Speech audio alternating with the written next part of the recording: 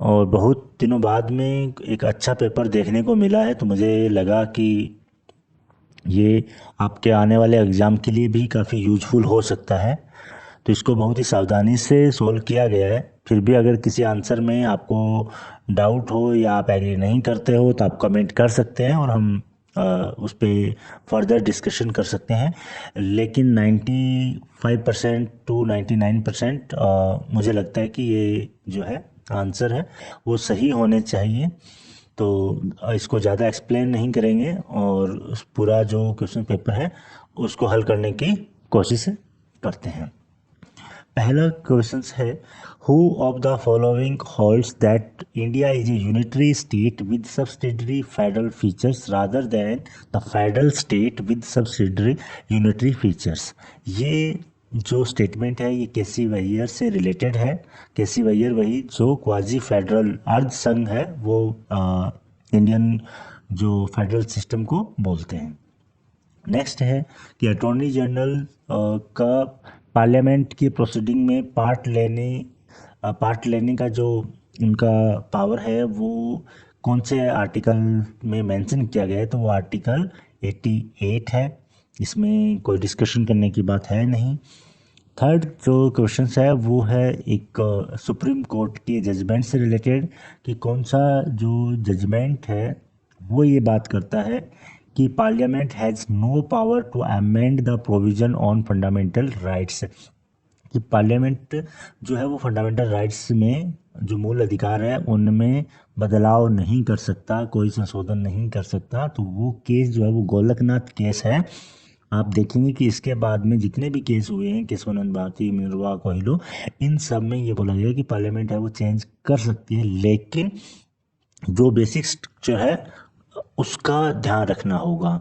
आगे बढ़ते हैं फोर्थ क्वेश्चन पे कि ये रिलेटेड है कि इंडिया का जो फेडरेशन है, जो फेडरल स्ट्रक्चर जिसमें हम इंडिया एज ए यूनियन इसको बोलते हैं।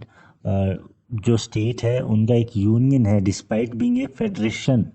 जो वर्ड जो है वो हम फेडरेशन यूज नहीं करते हैं और इंडिया की कॉन्स्टिट्यूशन में कहीं यूज नहीं हुआ है।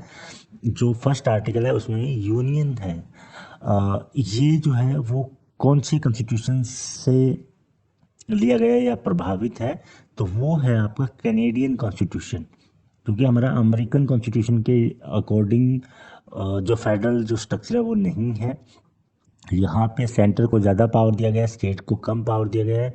और स्टेट है वो अलग नहीं हो सकते। सेंटर है वो यहाँ पे स्टेट का नाम चेंज कर सकती है, उनकी बाउंड्री को चेंज कर सकती है। जैसे कि उत्तराखंड, छत्तीसगढ़, झारखंड ये स्टेट बना, तो ये इसका एग्जाम्पल है। बाद में तेलंगाना बना, ठीक है। तो आपका ये डी आंसर इसमें हो जाएगा।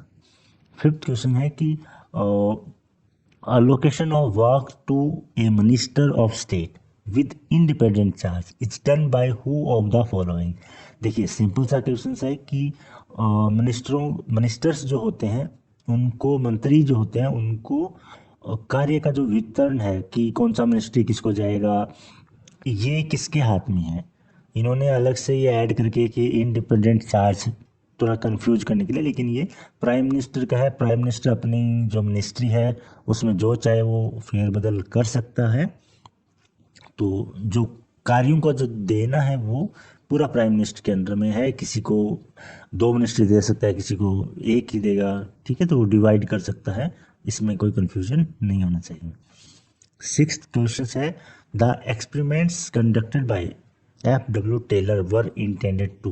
F.W. टेलर ने जो एक्सपेरिमेंट किए थे उनका क्या उद्देश्य था, किस इंटेंट से था। तो अगर आप यहाँ पे देखोगे तो ऑप्शन सी यहाँ पे सही हो जाएगा। Discover the best way to carry out the specific task. जो कैसे हम ज़्यादा से ज़्यादा प्रोडक्शन को कर पाएँ, कौन सा बेस्ट वे हो सकता है किसी भी काम को पूरा करने का, इसके लिए वो कंसर्न था। इफिशियंसी वो ज़्यादा लाना चाह रहे थे। आप कंफ्यूज कर सकते हो कि मोटिवेशन ऑफ वर्कर ये भी वो करना चाह रहे थे फाइनेंशियल जो इनिशिएटिव देके। Understand the process of mental evolution ये भी उनकी इंक्लूड थी।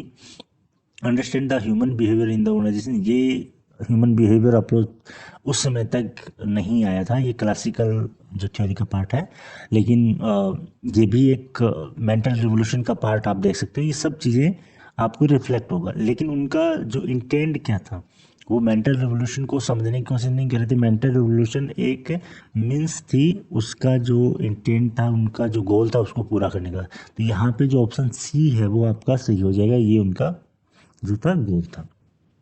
एनोनिमस एम्पायर बोला गया है कि किसको बोला गया है? एदर्श साम्राज्य, ये प्रेशर ग्रुप के लिए बोला जाता है। और ये जो वर्ड है ये भी पूछ लिया जाता है कि किसने बोला है, तो फाइनर का ये कोटेशन है या फाइनर का ये कॉन्सेप्ट है। और इसका आप मीनिंग तो समझ ही रहे हो कि जो प्रेशर ग्रुप है वो सामने से तो नहीं दिखता है, लेकिन काफ़ी हद तक गवर्नमेंट की पॉलिसीज को वो इफेक्ट करता है, इसलिए इनको एदर्श साम्राज्य बोला जाता है। ठीक है, नेक्स्ट हम आगे बढ़ते हैं 8 पे। Who of the following was the most adherent champion of partyless democracy in India? Partyless democracy की जब भी बात आएगी तो आपके दिमाग में 2-3 नाम रहना चाहिए। एक तो ऑप्शन सी में जयप्रकाश नारायण है, वो भी बात करते हैं, इसके साथ साथ एम एन रॉय है, गांधी है। ये पार्टीलेस डेमोक्रेसी की बात करते हैं इंडिया में। नेक्स्ट क्वेश्चन है, who among the following has defined public administration as the action part of the government, that the means by which the purpose and goals of government are realized है। ये सरकार का वो action part है जहाँ पे action लिया जाता है, जिससे सरकार के उद्देश्य और जो लक्ष्य है वो पूरा किया जाता है। तो ये जो कोटेशन है ये आपको पब्लिक एडमिनिस्ट्रेशन की बुक में मिल जाएगा, वो है कॉर्सन एंड हैरिस का।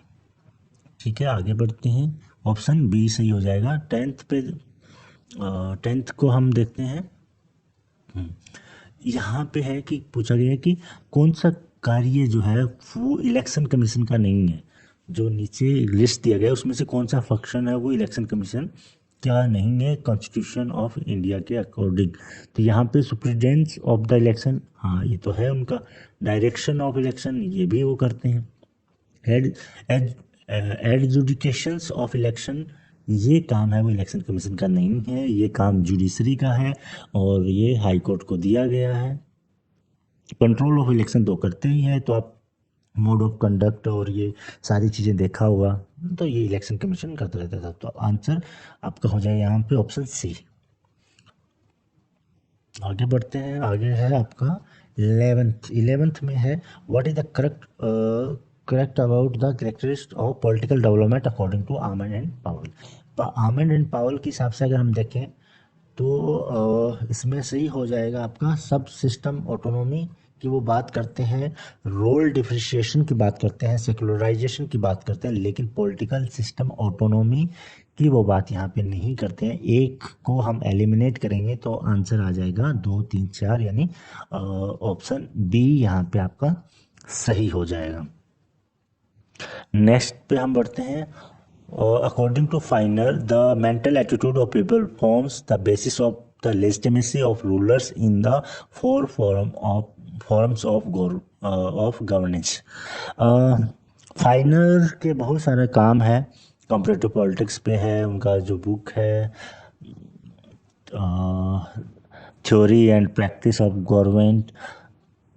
इनके बारे में मुझे डीप आइडिया नहीं है कि फाइनर का क्या है काम और कैसे इसको हम उससे समझ सकते हैं, लेकिन मेरे अकॉर्डिंग आंसर आपका option C, command control trust और पावर होना चाहिए उनके आइडिया के बेस पे, क्योंकि वो मोरालिटी को नहीं मानते हैं। ये एक रीज़न है और कोई ऑप्शन मुझे उसके अकॉर्डिंग लग नहीं रहा है, तो मैं श्योर नहीं हूँ इसके आंसर के बारे में, लेकिन अगर मुझे लगाना होगा तो मैं सी पेज पे जाऊँ। नेक्स्ट आपका आता है 13 नंबर, लियोनार्ड बेंडर के according the concept of political development implies. इसमें पॉलिटिकल डेवलपमेंट की बात हो रहा है, तो आपका change of identity from parochial to societal सही है। Change from elite political participation to mass political participation ये भी सही है। Change from status based distribution to achievement based ये भी सही है। पहले स्टेटस बेस होता था, जो सोसाइटी में आपका प्लेस है, कास्ट के बेस पे या कलर के बेस पे, तो उस पर आपको मिलता था। फोर्थ है रिलीजन बेस्ड आइडेंटिटी, ये नहीं होता। जब मॉडर्न पॉलिटिकल मॉडर्नाइजेशन होगा तो रिलीजन का आइडेंटिटी है, जो ट्रेडिशनल जितनी आइडेंटिटी है उनको तो हम छोड़ के आगे की ओर बढ़ेंगे। तो फोर यहाँ पे फोर को एलिमिनेट कर देंगे तो 1 2 3 आपका ऑप्शन ए सही हो जाएगा। अब हम आगे बढ़ते हैं 14 पे। यहाँ पे दो स्टेटमेंट है और ये देखने की कौन सा सही है कौन सा गलत है। तो यहाँ पे स्टेटमेंट 1 जो है वो है Gabriel Almond coined the term political socialization, तो ये यहाँ पे गलत हो जाता है। आप जेसी जौहरी की बुक में देख सकते हैं पॉलिटिकल सोशलाइजेशन के चैप्टर में हे मैन जो है वो कॉइन करते हैं पॉलिटिकल सोशलाइजेशन को। सेकंड जो स्टेटमेंट है वो है Almond and Powell's junior define political socialization as the process by which political culture are maintained and change. ये स्टेटमेंट सही लग रहा है, ये उनके जो पॉलिटिकल कल्चर का जो पार्ट है उसके साथ एसोसिएट है। तो आपका आंसर हो जाना चाहिए statement 1 is incorrect and but statement second is correct. तो डी यहाँ पे आपका आंसर हो जाना चाहिए। ठीक है, आगे बढ़ते हैं। Which of the following statement are correct about political culture, फिर पॉलिटिकल कल्चर से रिलेटेड है। तो it is a pattern of individual attitude and orientation toward politics, हाँ सही बात है। Political culture is not related to values, yes नहीं। Political culture value laden होती है, जो सोसाइटी के जो नॉर्म्स है सब उस पर तो इफेक्ट डालता ही है, लोग उस हिसाब से अपने परसेप्शन भी बनाते हैं। तो यहाँ पे हमें 2 1 रॉन्ग हो जाएगा, इनकरेक्ट है। Political culture explain different patterns of political opposition, ये सही है। Political culture denotes people's orientation to problem solving, ये भी सही है। अब इसमें पूछा गया कौन सा करेक्ट है, यानी 2 को अगर हम एलिमिनेट करेंगे तो हमारा आंसर सही हो जाएगा। और आप इसमें देखोगे कि 2 को एलिमिनेट करने में एक ही बचता है, तो आपको अगर किसी दूसरे ऑप्शन पे डाउट भी है तो उससे भी फर्क नहीं पड़ता है, क्योंकि और सब तो आना है, 2 को अगर एलिमिनेट कर देते तो सी आंसर आपका सही हो जाएगा। नेक्स्ट है लाडली बहन योजना। तो यहाँ पे जो जितने भी क्वेश्चंस एमपी से रिलेटेड है उनको मैंने टच नहीं किया गया है, क्योंकि एमपी का नॉलेज मुझे नहीं है और ये पॉलिटिकल साइंस के स्टूडेंट के लिए भी रेलेवेंट भी नहीं है और ये फिर से रिपीट होने वाले भी नहीं है। तो मुझे नॉलेज नहीं है तो मैंने सर्च करने की कोशिश भी नहीं किया और मुझे रेलेवेंट लगे भी नहीं। यहाँ पे एक क्वेश्चन है 21 नंबर, आप उसको देख सकते हैं, बहुत ही आसान सा है और लगातार पूछे जाने वाले क्वेश्चन में आ जाता है, रिपीटिशन वाला है, शेड्यूल्स के बारे में है। तो इसमें आपका आंसर हो जाएगा ए, कि जो म्यूनसिपैलिटीज़ है, जो अर्बन लोकल बॉडी जो गवर्नमेंट है उसका कौन से में किया गया है, क्या कौन सा शेड्यूल है, कौन कितने सब्जेक्ट्स जो है उनको दिए गए हैं। तो ये आर्टिकल 74 से जो है वो 12th शेड्यूल को ऐड किया गया, उसमें 18 जो सब्जेक्ट है वो रखे गए, 18 तरह के काम है वो म्यूनसिपैलिटीज़ कर सकती है। ऐसे ही पंचायत के बारे में पूछा जाए तो 29 तरह के काम है वो कर सकती है और उसके लिए शेड्यूल हो जाएगा 11वीं। ठीक है, 11th। अब हम देखते हैं next. Who of the following employed the tabula rasa theory against the doctrine of innate idea, कि innate idea यानी पहले से आपके पास में जो छपे हुए आइडिया हैं उसके अगेंस्ट तबुला रासा जो थ्योरी है वो कौन देते हैं, वो जो लोग देते हैं। इसका सिंपल जो मीनिंग है आप देख सकते तबुला रासा का, कि एक कोरा कागज़ की, अब हमारा जो माइंड है उसमें कोई चीज़ें नहीं है स्टेट ऑफ नेचर में, वो चीज़ें धीरे धीरे फीड जो उनमें होता है। ठीक है, जब सिविल सोसाइटी बनती है तो आगे, तो ये आपको यहाँ पे याद रखना है। आंसर हो जाएगा option B 25। Option number which of the following said that felicity is a continual progress of the desire from one object to another, ये जो है वो रिलेटेड है हॉब्स से। हॉब्स ये बात करते हैं कि इंसान की जो डिजायर है वो एक चीज़ को पाने के बाद दूसरी फिर तीसरी ना, एक लगातार उसमें ये चलती रहती है ये प्रोसेस। तो आप ये आंसर यहाँ पे हो जाए, ऑप्शन हो जाएगा सी। नेक्स्ट देखते हैं, एक ये पूछा गया जो स्टेटमेंट देखे कि किससे रिलेटेड है, और इसमें बात की गई है कि patriarchal family compels all its member to live in a hierarchal relationship since all power is concentrated in the hands of the husband, father, master, and the wife, children and servants have to obey him. Simply कि patriarchal family है वो इस तरह का एक system है, hierarchical पद सोपानीय संबंध है वहाँ पे, जो जिसमें जो मेल है हस्बैंड, फादर या मास्टर के रूप में, उसके पास पूरा पावर चला जाता है। जो महिला है, वाइफ है, चिल्ड्रन है और सर्वेंट्स हैं, उनको उनके आदेशों का पालन करना पड़ता है। तो आपको अरिस्टोटल का सिटीजनशिप का कॉन्सेप्ट ध्यान में होगा। तो ये मेरे अकॉर्डिंग अरिस्टोटल यहाँ पे आंसर होना चाहिए, जिसमें वो मेल को पावर देता है, मास्टर्स को वो पावर देता है, महिलाओं को, बच्चों को, सर्वेंट्स को, एलियंस को वो पावर नहीं देता है। तो ये उसके अकॉर्डिंग आंसर जो ऑप्शन ए है वो सही होना चाहिए। नेक्स्ट है, according to Hegel civil society consist of the following elements and system और institutions of the. Civil society में क्या एलिमेंट, इंस्टीट्यूशंस होता है? इसका जो आंसर है वो होना चाहिए option A, system of needs है। ओनली वो हीगल की सिविल सोसाइटी के अकॉर्डिंग है या उसका पार्ट है। Administration of justice, police, corporations, ये जो है वो स्टेट का पार्ट है।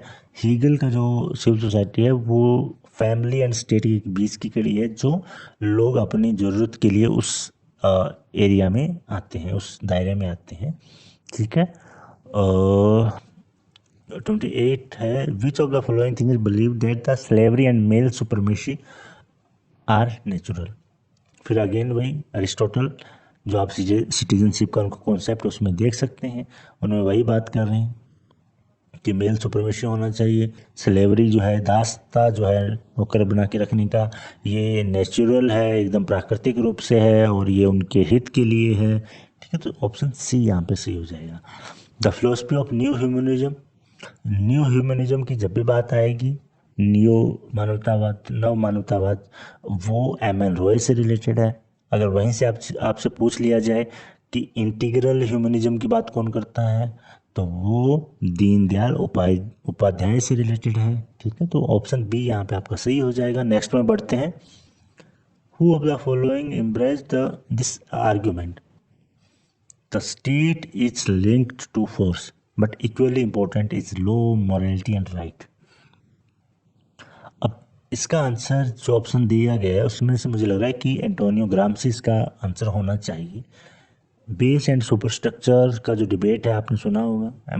लेनिन और माओ वैसे भी ऑर्थोडॉक्स मार्क्सिस्ट हैं, तो वो तो पावर की, फोर्स की ही बात करेंगे या बेस की बात करेंगे। ग्राम्सी जो है वो बात करते हैं, वो इम्पोर्टेंस देते हैं सुपरस्ट्रक्चर को, कि जो बेस है, जो इकोनॉमिक पावर है वो इम्पोर्टेंट है, लेकिन साथ साथ में जो मोरालिटी, लॉ, ये भी इम्पोर्टेंट रोल प्ले करते हैं। ठीक है, तो आंसर होना चाहिए ए। अब हम आगे बढ़ते हैं। 31 का है, बहुत ही आसान सा है, इसमें तो कुछ आपको ज़्यादा दिक्कत होनी नहीं चाहिए। सर्वोदय है, जयप्रकाश नारायण से है, मेल रूसो से है, लेवियथन हॉब्स से है, आप जान रहे हैं। Organized democracy M N Roy का, अपने आप ही मैच हो जाएगा। ये बहुत ही सिंपल सा है, एक का आप 4 अगर एक भी करोगी तो आपका आंसर आ जाएगा बी ऑप्शन, यहाँ पे आपका आंसर हो जाएगा। नेक्स्ट में हम बढ़ते हैं। India Maldives maritime boundary has been demarcated, कि इंडिया और मालदीव्स के बीच में जो समुद्री जो मैरीटाइम बाउंड्री है उसको किससे डिमार्क किया जाता है, तो वो है नॉटिकल माइल्स प्रिंसिपल। ये कुछ 500 नॉटिकल माइल्स जो है वहाँ पे ये डिवाइड हो रहा है इंडिया और मालदीव के बीच में। अच्छा क्वेश्चन है, जिसे हमें और सब बाउंड्री का पता है, जहाँ पे लैंड वाली है, जहाँ पे मैरीटाइम बाउंड्री है। तो ये ठीक है, आपका ऑप्शन ए यहाँ पे सही हो जाएगा। इसके बाद में है कि which article of the Indian constitution articulates the objectives of foreign policy of India. तो यहाँ पे आप देखेंगे 49, आर्टिकल 50, 51A, 52, इसमें से कोई नहीं है, वो आर्टिकल 51 है। ठीक है, तो वो यहाँ पे दे नहीं रखा है, तो ये यहाँ पे आप, मुझे लगता है कि ये क्वेश्चन है वो डिलीट करना पड़ेगा। अब है प्रोजेक्ट मौसम।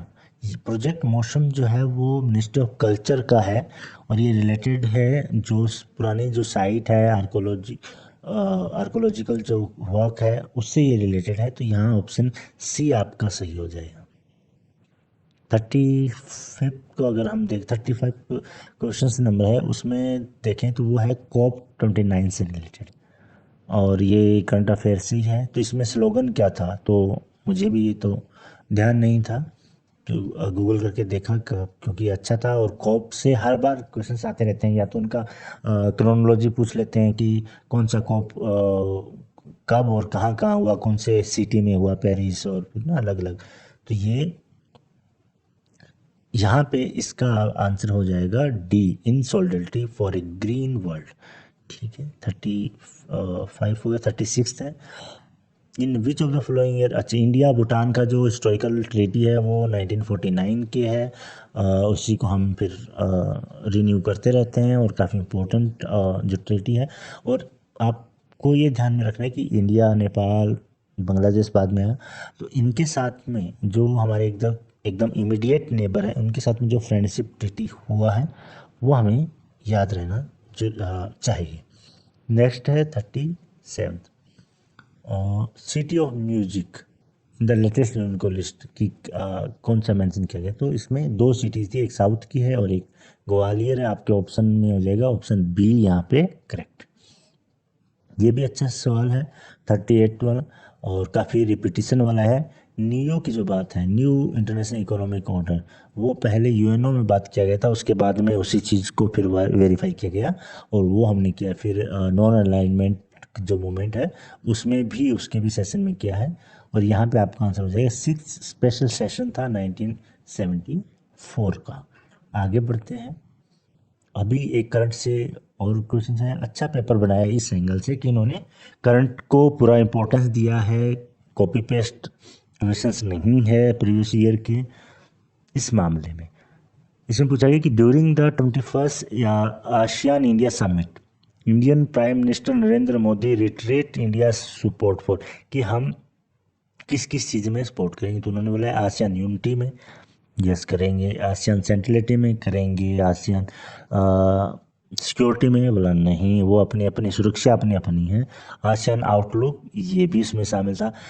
बेसिकली आप उनके जो स्पीच है वो देख सकते हैं, तो उसमें ये 3 तरह की जो है स्पोर्ट की वो बात करते हैं, इसमें सिक्योरिटी नहीं है। तो 3 को अगर हम एलिमिनेट करेंगे तो हमारा आंसर आ जाएगा सी, ऑप्शन सी यहाँ पे आंसर हो जाएगा। ये तो घिसा पिटा आपको याद करना पड़ेगा। यूएन चार्टर के जितने भी चैप्टर्स हैं और चैप्टर के साथ साथ में उसके इम्पोर्टेंट आर्टिकल है वो भी आपको रटना पड़ेगा। वो हर एग्जाम में आता रहता है कि आपको अल्टरनेटिवली वो दिखाई दे देगा। तो यहाँ पे ऑप्शन जो बी है वो यहाँ पे सही हो जाएगा इसका। आसियान की जो फाउंडिंग मेंबर है उसके बारे में पूछा गया कि इनमें से कौन सा है, तो वो सिंगापुर है। 6 फाउंडिंग मेंबर्स थे, आप उनको याद जो है वो जैसे भी उनका ट्रिक बना के कर लेनी चाहिए। एक पहले मैंने भी वीडियो बनाया था, शायद उसमें मैंने बताया था कि आसियान के जो मेंबर हैं कौन से फाउंडिंग है, कौन से बाद बाद में ज्वाइन किया, तो उसके बारे में वहाँ पे डिटेल में आसियान के बारे में बताया गया है। तो आप प्ले लिस्ट में जाके वो वीडियो भी देख सकते हैं। इसके साथ साथ में नेक्स्ट पे अगर हम देखें, यहाँ तक हो गए। अब ये मध्य प्रदेश से रिलेटेड है इसलिए मैंने इनको हल किया नहीं है। नेक्स्ट में बढ़ते हैं 50 में। According to 1989 world bank document, 1989 में सब सहारा जो रीजन है वहाँ के जो गवर्नेंस का जो सिस्टम है उससे रिलेटेड एक डॉक्यूमेंट आया था और उसमें गुड गवर्नेंस के बारे में कुछ डायमेंशंस बताए थे कि कौन कौन सा गुड गवर्नेंस के लिए ज़रूरी है। उसमें अकाउंटेबिलिटी, इफ़िशियंसी, इंफॉर्मेशन, ट्रांसपेरेंसी ये सब थे, लेकिन पब्लिक सेक्टर मैनेजमेंट नहीं था। पब्लिक सेक्टर मैनेजमेंट से ही तो इशू हो रहा है, इसलिए इन्होंने सजेस्ट किया था प्राइवेट सेक्टर का रोल होना चाहिए। ठीक है, ऑप्शन ए 51 का यहाँ पे सब जो पेयर है उसको करेक्टली मैच करना था और इसमें से जो मैच हो रहा है वो ऑप्शन सी है, path goal theory of leadership, Martin Evans and Robert house. Robert house का पाथ गोल थ्योरी पे बहुत ज़्यादा लिटरेचर है, वो आप देख सकते हैं। ऑप्शन सी सही हो जाएगा 51 का। 52 में चलते हैं। करप्शन को रोकने के लिए कौन सी कमेटी बनी थी 1962 में, ये पूछा गया है। और आप सब जानते हैं संतानम कमेटी थी, उसी के रिकमेंडेशन में सीवीसी बना है। और ठीक है, करप्शन को रोकने की कोशिश की, तो ऑप्शन बी यहाँ पे सही हो जाएगा। 53 का है, the idea of Lokpal was suggest by which of the following commission. सबसे पहले जो फर्स्ट एआरसी था उसने ये लोकपाल बनाने के लिए रिकमेंडेड किया था, तो ऑप्शन बी आपका यहाँ पे सही हो जाएगा। 54 में चलें तो स्टीयरिंग कमेटी का प्रेसिडेंट के बारे में कि कॉन्स्टिट्यूट असेंबली, जब कॉन्स्टिट्यूशन बन रहा था, जो असेंबली सभा थी, संविधान निर्मात्री सभा, उसका स्टीयरिंग कमेटी का प्रेसिडेंट कौन था, तो वो राजेंद्र प्रसाद थे। आपको ध्यान होगा कि वही चेयर कर रहे थे, तो उसके गतिविधियों को चलाना, उसके अंदर के मैनेजमेंट से रिलेटेड जितनी भी थ्योरीज होगा उनका सबका जो चेयर होगा वो राजेंद्र प्रसाद होगा। जो सेंटर से रिलेटेड या फेडरल जो फंक्शन है उससे रिलेटेड कोई अगर थ्योरी होगा तो उसका जवाहरलाल नेहरू होगा। जो प्रांत प्रोविंसेस थे उससे रिलेटेड कुछ होगा तो उसके लिए राजेंद्र प्रसाद होंगे। और ड्राफ्ट कमेटी है उसका आप जान ही रहे। तो ये अलग अलग कमेटियाँ थी। ओके, आप एक बार एग्ज़ाम से पहले आपको ज़रूर देखना चाहिए। एक स्टेटमेंट है, मैं पढ़ देता हूँ। Finance and administration can not be divorced, every administrative act has its financial implication as man and his shadow. कि फाइनेंस और एडमिनिस्ट्रेशन है उनको अलग नहीं किया जा सकता। जो ये किसकी तरह है, ये जैसे इंसान के साथ में उसकी जो परछाई जाती है उसकी तरह है। तो ये कोटेशन है वो एल.डी. वाइट का है। ठीक है, ये तो सर्च करके ही मैंने देखा है। तो 55 जहाँ तक मुझे इसका आंसर मिला वो एल.डी. वाइट, ऑप्शन सी आपका आंसर होना चाहिए। अब है according to Max Weber, bureaucracy is an administrative body of appointed official. तो देखिए यहाँ पे अपॉइंटेड ऑफिशियल की बात की गई है, तो एक्सक्लूडिंग द इलेक्टेड वंस, तो ये तो अंडरस्टूड है, इसमें है ही। इंक्लूडिंग द इलेक्टेड वन नहीं लेते हैं, अपॉइंटेड ऑफिशियल है यहाँ पे, अपॉइंट किए जा रहे हैं, चूज नहीं किया जा रहा जनता के द्वारा। Subordinate to the elected ones, हाँ ये यहाँ पे होगा। उन्होंने बोला था कि ब्यूरोक्रेसी है वो सारे काम करेगी, उन्होंने पूरा थ्योरी दिया था, लेकिन वो जो ब्यूरोक्रेसी है वो जो पॉलिटिकल एग्जीक्यूटिव होगा, जो लोग जनता से चुन के आएंगे उनके अंडर में रह के ही उनको काम करना होगा। अब नेक्स्ट बोलते हैं 57। इसमें बोला है कि following is not a direct function of budget. Budget का कौन सा काम नहीं है, प्रमोटिंग इकोनॉमिक ग्रोथ, हाँ वो तो एक साल का लेखा जोखा है, कौन सा फंड कहाँ लगेगा, इकोनॉमिक ग्रोथ का टारगेट भी हम डिसाइड करते हैं, तो ये तो उसमें इंक्लूड है। फिर है मिटिगेटिंग इकोनॉमिक इनइक्वालिटी, इसको भी हम दूर करने की कोशिश करते हैं, गरीबी रेखा से कितने लोग ऊपर उठे, ये बजट में जो है वो डायरेक्टली है। इनक्रेजिंग इन्वेस्टमेंट, ये जो चीज़ है वो हमें देखने को नहीं मिलती है, क्योंकि ये इन्वेस्टमेंट को प्रमोट करने का इसमें कुछ ऐसा नहीं होता है, एक माहौल एक इन्वायरमेंट दिया जाता है। इनडायरेक्टली बजट का इम्पैक्ट पड़ता है लेकिन डायरेक्टली इसमें नहीं पड़ता है। Increasing income in of the citizens, अब ये आपका इकोनॉमिक इनइक्वालिटी को दूर करेंगे तो कैसे होगा, जब उनका इनकम बढ़ेगा तभी तो होगा, ये उसके साथ में एसोसिएट है। 58, ठीक है, यहाँ पे आप देख लीजिए ऑप्शन सी आपका सही हो जाएगा, ये बजट का काम नहीं है। 58 कि वेबरिन मॉडल का जो ब्यूरोक्रेसी है उसमें से कौन सा इसमें शामिल नहीं है। तो अगर आप देखेंगे तो ए जो है जहाँ पे ऑप्शन वो इसमें नहीं है। Official business is conducted need based नहीं है, ये मेरिट बेस्ड काम करते हैं। वो एक रेशनल और लीगल जो उसकी एक ना फीचर है उसका वेबरियन जो ब्यूरोक्रेसी का। अगर आप दूसरे आप देखोगे तो आप पाओगे हाँ ये उनके लिए फिक्स रूल होता है, प्रिस्क्राइब रूल्स है, उस हिसाब से उनकी रिस्पॉन्सिबिलिटी होती है, और ऑफिस जो है, जो पोस्ट पे है जहाँ पे वो काम कर रहे हैं, वो उसके मालिक नहीं होती है, मालिक जनता होती है, वो उसके बिहाफ में काम करते हैं। ठीक है, ऑप्शन ए। यहाँ 59 में भी कोल्ड वॉर क्या था बेसिकली, तो एक विचारित था, तो डिप्लोमेटिक वॉर यहाँ पे आपका सही आंसर होना चाहिए।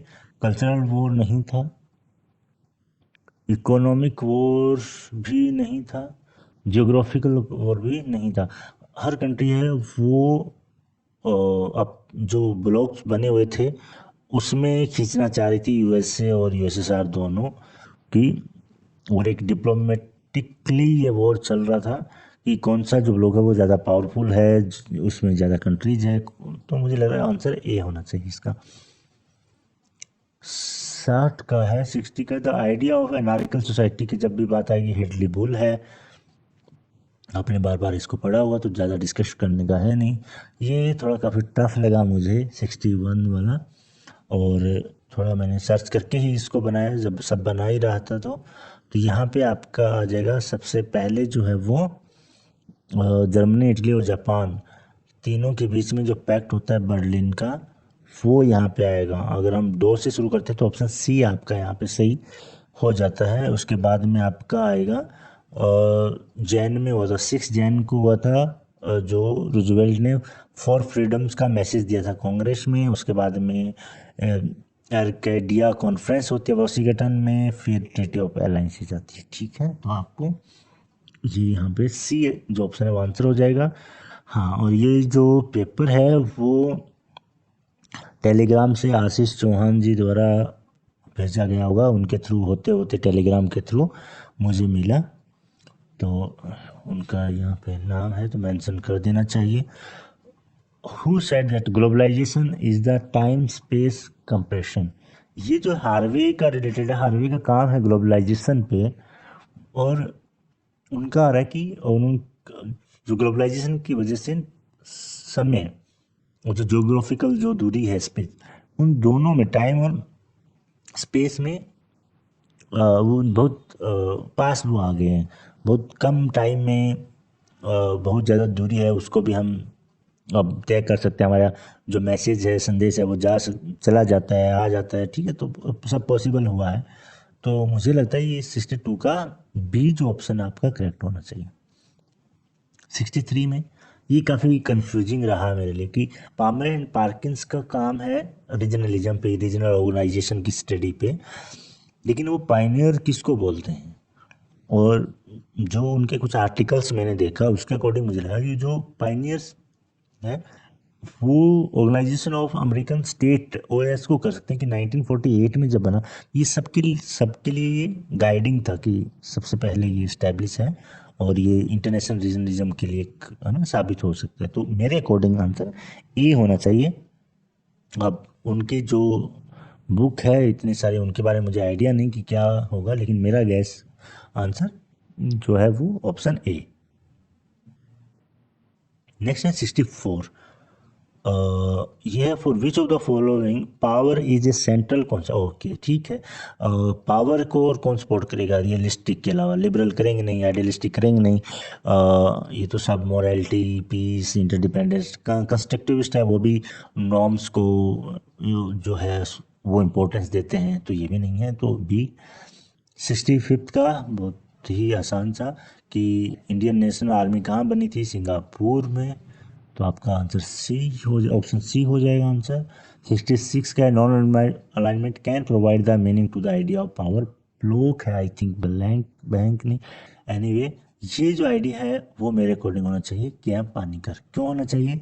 जॉन फोस्टर डलस ये क्रिटिक है, नॉन अलाइनमेंट को ये नहीं मानते हैं। हेनरी किसिंजर जो डिप्लोमेट रहे हैं यूएसए के, वो भी क्रिटिक करते हैं। टालकट पार्सन है, ये सोशोलॉजिस्ट है जिसे आमंड ने भी ली आइडियाज जो है स्ट्रक्चरल फंक्शन अप्रोच के लिए, तो ये भी आंसर नहीं है। तो ऑप्शन बचता है डी।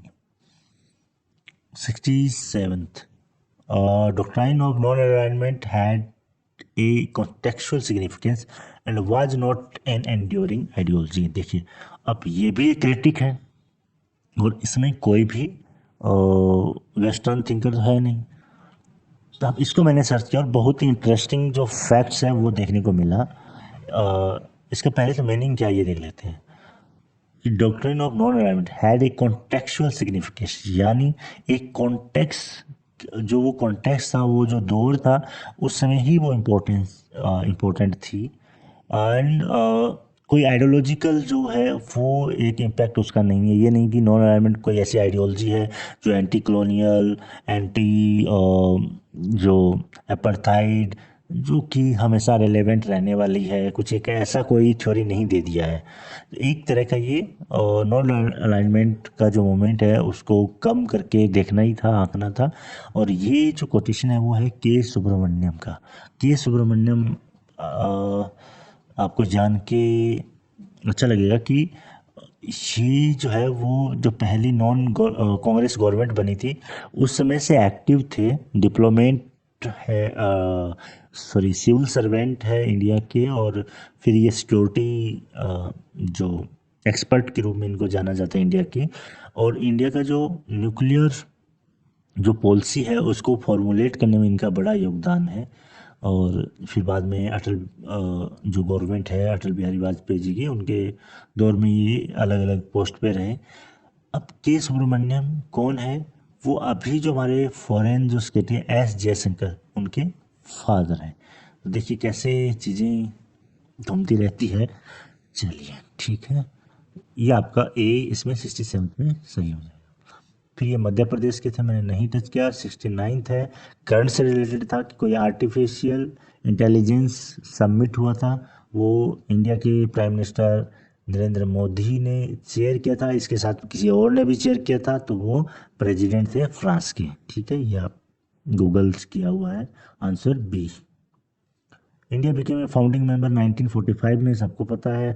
आपका जो 70 नंबर क्वेश्चन है कि यूनाइटेड नेशन का फाउंडिंग मेंबर कब बना, तो वो आंसर ऑप्शन हो जाएगा बी, 1945 में। ये मध्य प्रदेश से रिलेटेड है, यहाँ पे भी सब मध्य प्रदेश से रिलेटेड है। चलिए नेक्स्ट चलते हैं। 76 फिर फाइनर का है। फाइनर के बारे में मैंने नहीं पढ़ा है, मुझे कोई आइडिया नहीं है। लेकिन जो पैटर्न है उसके हिसाब से या तो इसमें से कोई नहीं होना चाहिए, क्योंकि अपोजिशन वाले हैं, पार्टिसिपेशन एंड एक्सक्लूजन डायमेंशन। लेकिन क्या पूछना चाह रहे हैं, किस सेंस में पूछना चाह रहे हैं, क्योंकि इसमें तो ऐसा कोई ऑप्शन है नहीं, कोई ना कोई एक तो हमें मेंशन करना है। तो जब एक करेंगे तो वैसे ही सब लग रहे हैं, तो फिर ये आंसर होना चाहिए डी। लेकिन ये ऐसे ही गैस है। क्या ये क्वेश्चन है, क्या ये पूछना चाह रहा है फाइनर का? ये इतना डीप स्टडी मेरा है नहीं फाइनर पे। हु नेक्स्ट चलते हैं 77th। Who has given the following statement, ideas and note the material conditions of production are the effective causes of revolution. Material conditions है वो इम्पोर्टेंट नहीं है, आइडिया इम्पोर्टेंट है। ये जो है रेवोल्यूशंस के लिए, ये आई थिंक होना चाहिए option B, Lenin. Karl Marx तो बोलते हैं कि नहीं, कंडीशंस ऐसी होगा तो रेवोल्यूशन अपने आप हो जाएगा। आइडिया को, आइडियोलॉजी को वो मानते नहीं है, इसलिए उसको फॉल्स कॉन्शियसनेस बोला था, मिथ्या चेतना है, भ्रम फैलाती है। लेनिन ने पहली बार बात किया था कि नहीं, एक पॉलिटिकल पार्टी जो है उसकी एक आइडियोलॉजी या पॉलिटिकल पार्टी होना चाहिए वर्कर्स की, जो वर्कर्स को यूनाइट करे, उसको गाइड करे, वेनगार्ड ऑफ रेवोल्यूशन उसको बोला गया था। तो यहाँ पे लेनिन जो है वो करेक्ट आंसर होना चाहिए 77। अगर हम बात करें 78 का, कि what is the consider the most personal and perhaps the most noble goals of comparative politics. वैसे तो आप देखोगे कि इसमें से जितने ऑप्शन है सारे कंपरेटिव पॉलिटिक्स के से रिलेटेड है, वो सारे सही है। Comparative analysis of power structure, ठीक है, ये भी हम करते हैं, अलग अलग कंट्री में क्या पावर स्ट्रक्चर है उसका एनालिसिस करते हैं। वर्किंग ऑफ पॉलिटिकल इंस्टीट्यूशन को एग्जामिन भी करते हैं। और अगर हम डी देखें, comparing the stability of systems of governance, ये भी देखते हैं। अरिस्टोटल ने तो इसी से शुरुआत किया था। अब बात आता है कि पूछा क्या गया है, personal and perhaps the noble goal. ये यहाँ पे डाउट हो रहा है, मुझे लगता है आंसर आपका जो ऑप्शन सी होना चाहिए, attainment of philosophical self knowledge. Leading to increased personal growth and maturity. अब ऐसा कोई सेंस इसके साथ नहीं बन रहा है कि कोई पर्टिकुलर कॉम्परेटिव पॉलिटिक्स का है, लेकिन अब और जितने भी ऑप्शन है उसमें से कहीं पे भी पर्सनल वाला जो टच है वो नहीं आ रहा है, या नोबल गोल नहीं है। वो एक जो पॉलिटिकल साइंस के इंस्टीट्यूशन का विदाउट मतलब वैल्यूज वाला है। यहाँ पे पर्सनल है या नोबल है, तो नोबल भी तो एक नॉर्म्स और वैल्यू रिलेटेड है, तो ऑप्शन सी आपका यहाँ पे सही होना चाहिए। 79 को अगर देखें कि डेलिब्रेटिव डेमोक्रेसी जहाँ बात आएगी, तो जो ये हेबरमास आपका सबसे आगे रहेंगे, तो आई थिंक आंसर आपका सी यहाँ पे सही होना चाहिए। 80 को अगर हम देखें, फ्रीडम को कौन डिफाइन करता है, इसे रेशनल सेल्फ डायरेक्शन और living with the one true faith rather than doing what one wants, जो चाह रहा है उसके हिसाब से नहीं, सेल्फ डायरेक्शन के रूप में देखने का। जहाँ तक मुझे आइडिया है आ रहा है वो इसमें आंसर होना चाहिए हीगल। आंसर 80 का ऑप्शन बी।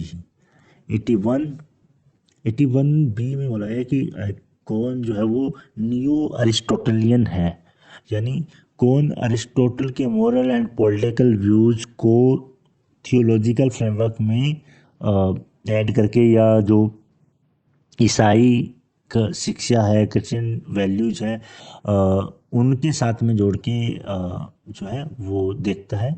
तो यहाँ पे थॉमस एक्विनास है, वो इससे ज़्यादा स्टिक मुझे आंसर और नहीं लग रहा है, तो ऑप्शन बी आपका फिर यहाँ पे सही होना चाहिए।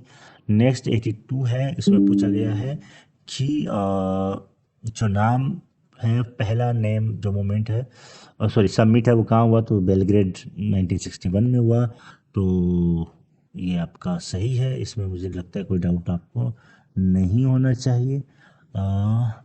इसके साथ में आगे बढ़ते हैं हम। फिर है by necessity individuals need to guides. To source of theory के बारे में सुना होगा, या टू गाइड्स है। जो पहला है कि pope to lead the citizenry to eternal life and the empire to guarantee earthly happiness, कि दो तरह की यहाँ पे सरकारों की बात की गई है। एक जो है वो गॉड है, वो रन करेगा, जो आपकी जो पारलौकिक दुनिया है उसको एक एम्पायर करेगा, जो यहाँ पे आपका धरती पे है उसको शालिको। तो ये भी थॉमस एक्विनास के साथ जाता है। टू सोर्स थ्योरी को अगर आप समझते हैं तो या आप इजीली इसको कर सकते हैं, तो option B. 84 who is of the view that the idea of social justice is mirage. अब आप मिराज से समझ रहे हो क्या है, कि एक ऐसी चीज़ है जो दूर से दिखती तो है लेकिन वो होती नहीं है, एक तरह का भ्रम है, उसको आप प्राप्त नहीं कर सकते। तो हेयक है वो अगेंस्ट है सोशल जस्टिस के, और उनका ये आइडिया, तो ऑप्शन ए आपका यहाँ पे सही हो जाएगा। अब constitution of power in the executive, अगर हम इसकी बात करें कि which its are correct about the constitution of the powers in the executive, तो यहाँ पे आपका जो ऑप्शन है लेजिस्लेटिव इनएफिशिएंसी एंड इनकैपेबिलिटी। जब लेजिस्लेचर है वो कमज़ोर होगा तो एग्जीक्यूटिव का पावर बढ़ेगा, सही है। नेशनल इमरजेंसी में बढ़ेगा, सही है। Increase scope of executive intervention, ये भी है। कॉन्स्टिट्यूशन अमेंडमेंट से कोई लेना देना नहीं है एग्जीक्यूटिव के पावर का बढ़ने का, तो 4 को एलिमिनेट कर देंगे। आई थिंक आंसर आपका होना चाहिए सी। फिर नेक्स्ट देखते हैं डेविड ईस्टन का जो है पॉलिटिकल सिस्टम, उसका कौन कौन से पार्ट नहीं है। इनपुट आउटपुट हाँ पार्ट है, साइबरनेटिक्स नहीं है, रिसेप्टर्स नहीं है, गेटकीपर्स है। अगर हम देखें 2 को भी हम लेते हैं, 2 को तो एक में ही है बी में, और 3 इसके साथ अपने आप आ जाता है। ऑप्शन बी आपका यहाँ पे सही हो गया। 87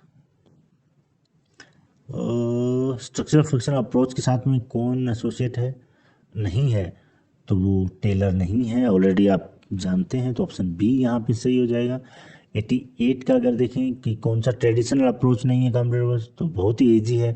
इंस्टीट्यूशनलिज्म तो है लेकिन न्यू इंस्टीट्यूशनलिज्म नहीं है, ये आप आराम से गैस कर सकते हैं, तो ऑप्शन सी आपका यहाँ पे सही है।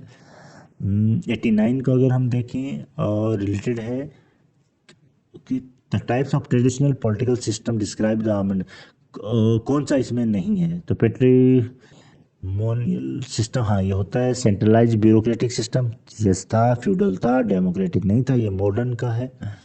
तो ऑप्शन डी आपका सही हो जाएगा 90 में। साइबरनेटिक्स पे फिर सवाल आ गया कि न्यूरो पॉलिटिक्स है वो सही क्या, कौन कौन सा यहाँ पे सही स्टेटमेंट है कार्ल ड्यूज का।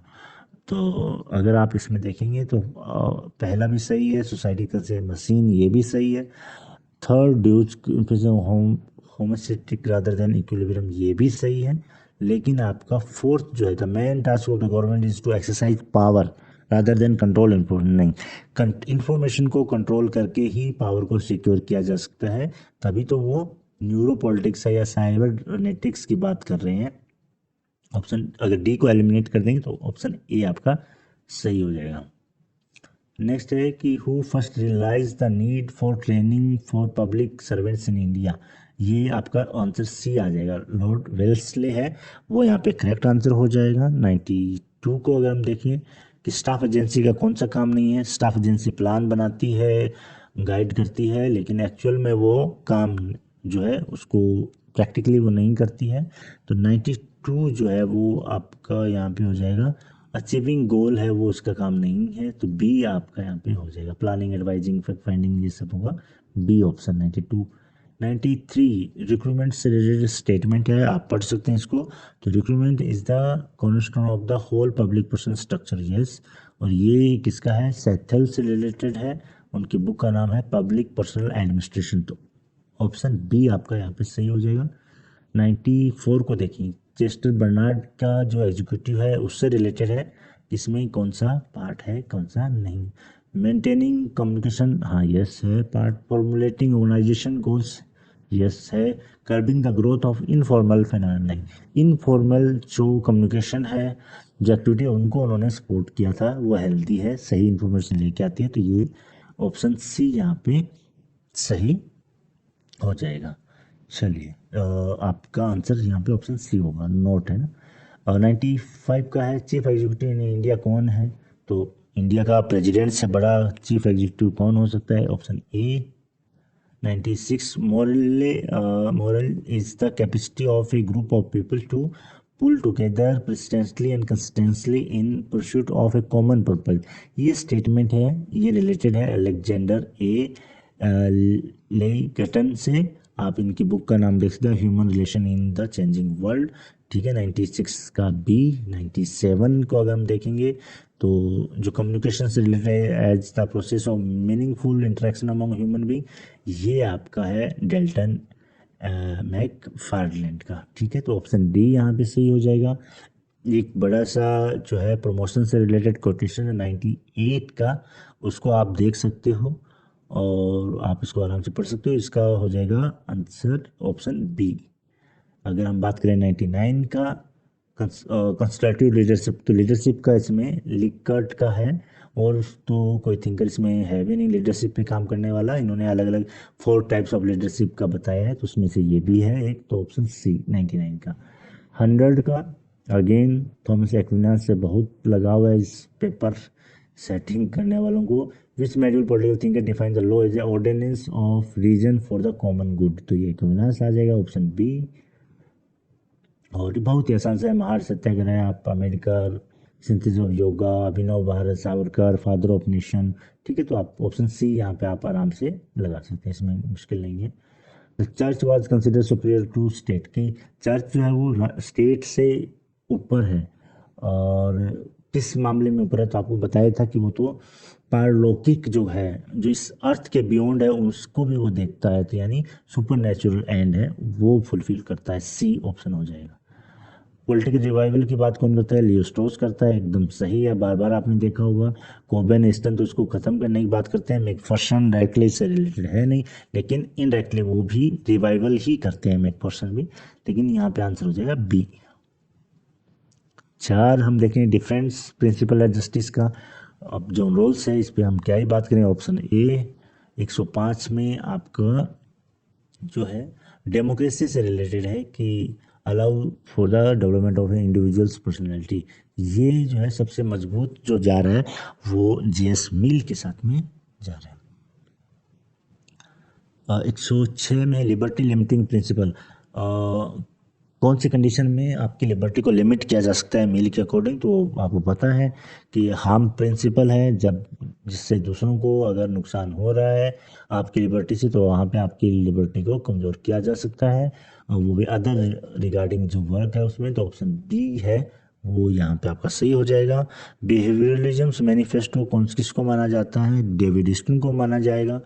तो आप एकदम दिख रहा है लियो स्ट्रोस वोल्गिन, ये तो रिवाइवल की बात करते हैं, तो बिहेवियरलिस्ट है ही नहीं ये तो ऑप्शन बी अगेन आपका यहाँ पे सही हो जाएगा 7 का। अगर 8 का देखें, 5 ईयर प्लान है वो कब हुआ, तो वो ऑप्शन बी पीसी महालेनोबिस 5 ईयर जो प्लान है वो सेकंड, वो इनके जो प्रपोजल था उसके बेस पे था। ऑप्शन मिस डी में आपको दिख रहा होगा सी डी देशमुख, उनके आइडिया को एक्सेप्ट नहीं किया गया था उसमें, ठीक है। ऑप्शन बी यहाँ पे सही होगा 108 में, याद रखना, अच्छा क्वेश्चन है। 109 का अगर हम देखें 109, ये मध्य प्रदेश से आ गया, मैंने इस पर टच नहीं किया है, यहाँ पे भी कोई नहीं है। हाँ, अगर हम यहाँ बात करें which one of the following panchayat is not correctly में, तो ये है ड्यूरेशन ऑफ पंचायत है वो 243 डी में नहीं है, यहाँ पे रिजर्वेशन है डी में, ठीक है। तो जितने भी पंचायत से रिलेटेड जो आर्टिकल है ABCD इसका 243 में, वो आपको याद कर लेने चाहिए, बार बार आता है।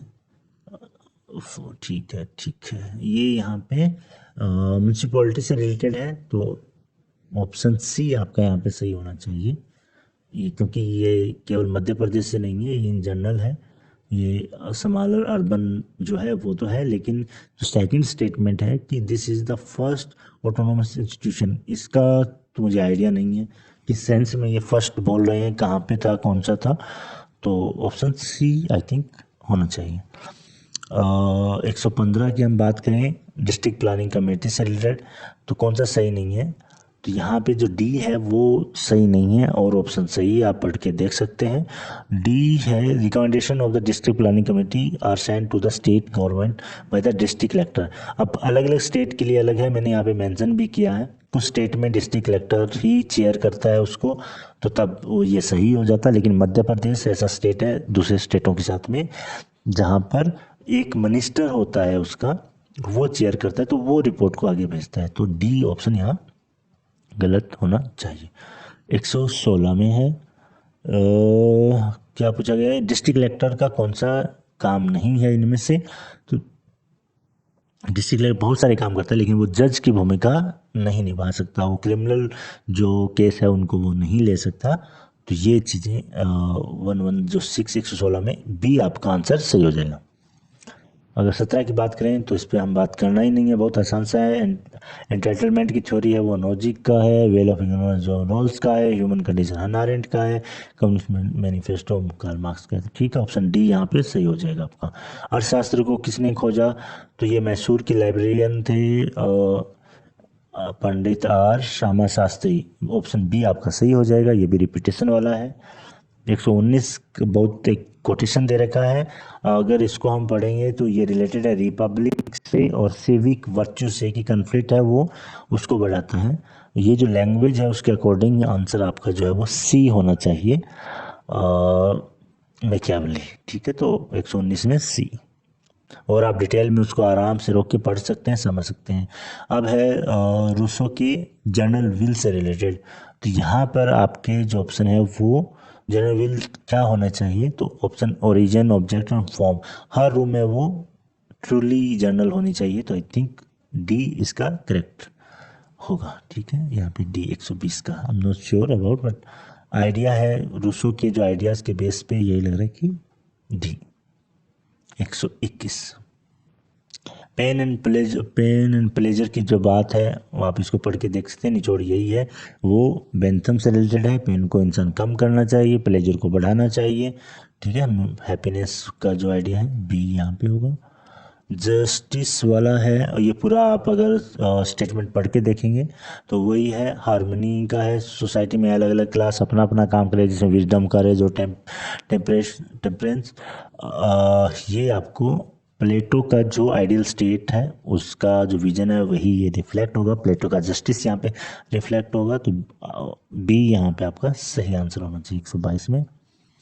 स्वराज का कॉन्स्टिट्यूशन में कब, रावी नदी के तट पे लाहौर में 1929 में किया गया था, और ये थी 26 जैन, तो 26 जनवरी, इसलिए हम अभी भी बनाते हैं। सी ऑप्शन आपका सही हो जाएगा। पॉलिटिकल कल्चर पे एक स्टेटमेंट दिया गया है और ये स्टेटमेंट लुशियन पाई से रिलेटेड है 124 में। बी आपका आंसर होगा। आप आराम से रोक के स्टेटमेंट पढ़ सकते हैं, उसको समझ सकते हैं। Answer D. नेक्स्ट है मॉडर्नाइजेशन से रिलेटेड कि लर्नर का modernisation is a process of rational change, ये किस कॉन्टेक्स्ट में है, तो ये है आंसर इसका आएगा B option, passing of traditional society. ये इनका बुक भी है, 1958 में लिखा था, ठीक है, तो ऑप्शन बी।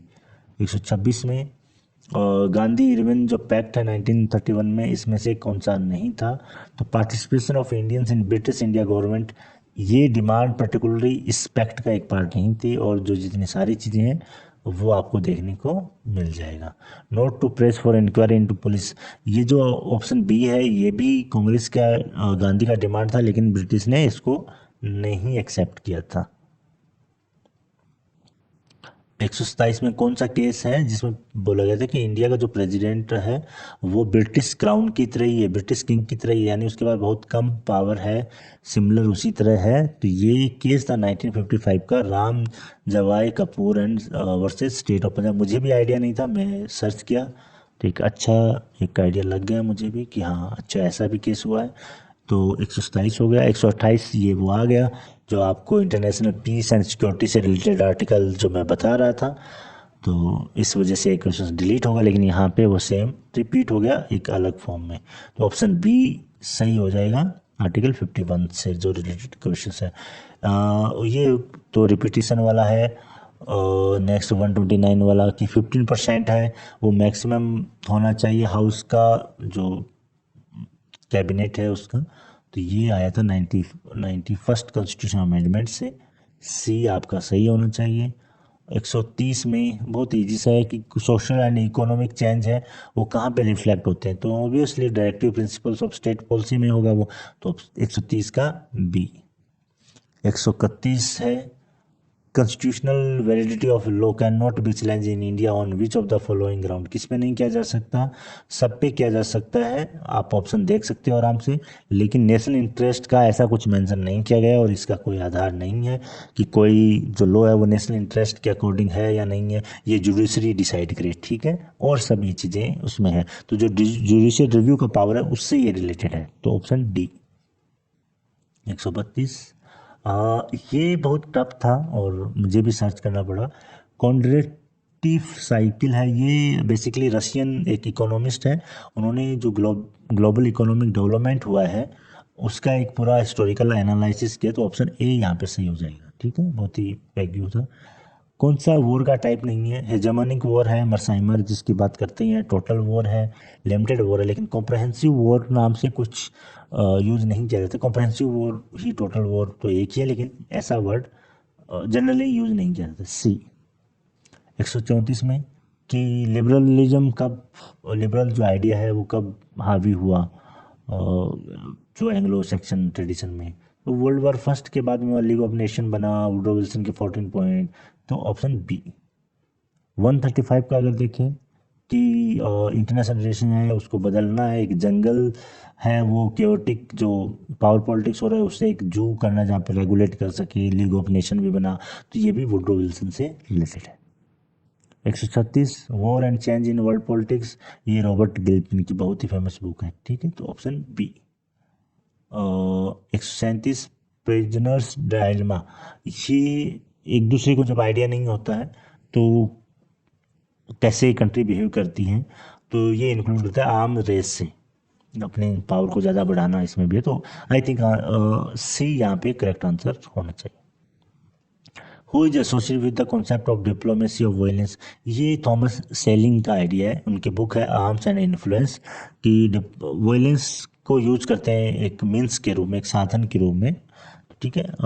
सी यहाँ पे आपका करेक्ट आंसर होना चाहिए। 139 में है कौन है मोरालिटी की बात करते हैं इंटरनेशनल में, तो आइडियलिस्टिक करेंगे, इससे ज़्यादा तो और मोरालिटी की बात कौन करेंगे, ठीक है, नैतिकता के। बी ही आपका सही होगा।